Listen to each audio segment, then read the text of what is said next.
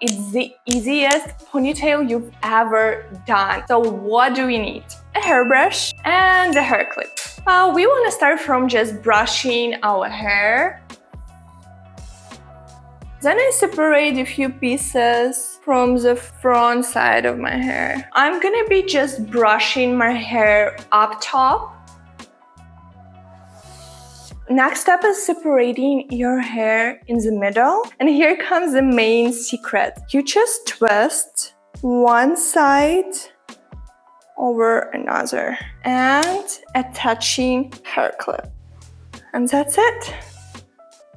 This is the final look.